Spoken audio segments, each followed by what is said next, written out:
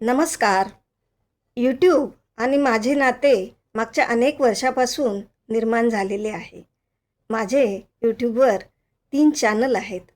1500च्या वर सबस्क्रायबर आपण दिलेले आहेत. अर्थात ह्या सबस्क्रायबरच्या माध्यमातून आपण मला भरभरून आशीर्वाद दिलात.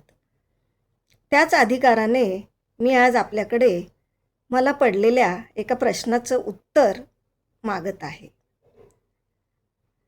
मी एका नामांकित संस्थेमध्ये कुणालाही आपल्यामुळे त्रास होणार नाही अशा पद्धतीने गेल्या 22 वर्षापासून इमाने ईद्वारे सेवा करत आहे.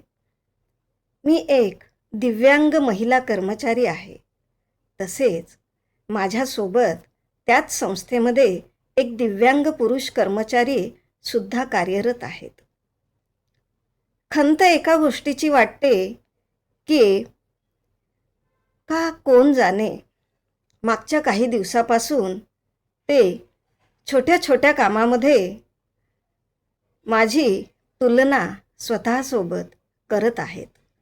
वास्तविक पाहता त्यांची आणि माझी तुलना कुठेच होऊ शकत नाही. त्याचे निकष माझ्याकडे आहेत. ते निकष आहेत: मी महिला दिव्यांग कर्मचारी, ते पुरुष दिव्यांग कर्मचारी. माझं वय 53 वर्ष.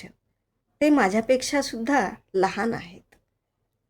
माझी नेमणूक ही दिव्यांग आरक्षणामधून झालेली आहे. त्यांची नेमणूक कशी झाली ते त्यांनीच सांगावं. काठीशिवाय मला अजिबात चालता येत नाही. ते काठी वापरत नाहीत. कॅलिपर अर्थात कृत्रिम पाय मी वापरते. ते वापरत नाहीत. चांगली गोष्ट आहे. दिव्यांग स्पेशल 4चाकी गाडी मी वापरते. ते दुचाकी वापरतात. माझी 4 ऑपरेशन झालेली आहेत.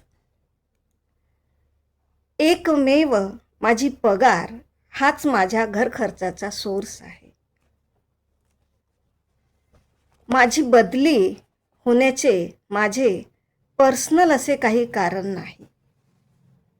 त्यांची बदली होण्याचे खूप मोठे पर्सनल कारण आहे.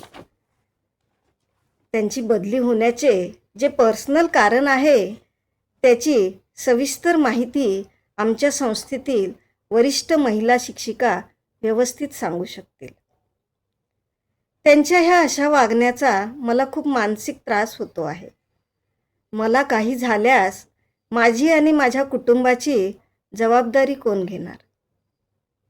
ही माझी सत्य परिस्थिती या ठिकाणी सांगण्याचा उद्देश म्हणजे आजकाल प्रत्येक ठिकाणी महिलांना आरक्षण असतं. त्यात तर मी दिव्यांग महिला आहे. पण प्रत्यक्षात जर अशी महिलांची कुचंबना होत असेल, त्यांचे मानसिक खच्चीकरण होत असेल, तर कोणाला तरी दाद मागण्यासाठी पुढे यावेच लागेल ना. तेच काम मी करत आहे. आणि माझ्यासाठी यूट्यूब म्हणजे माझे हक्काचे समाज माध्यम.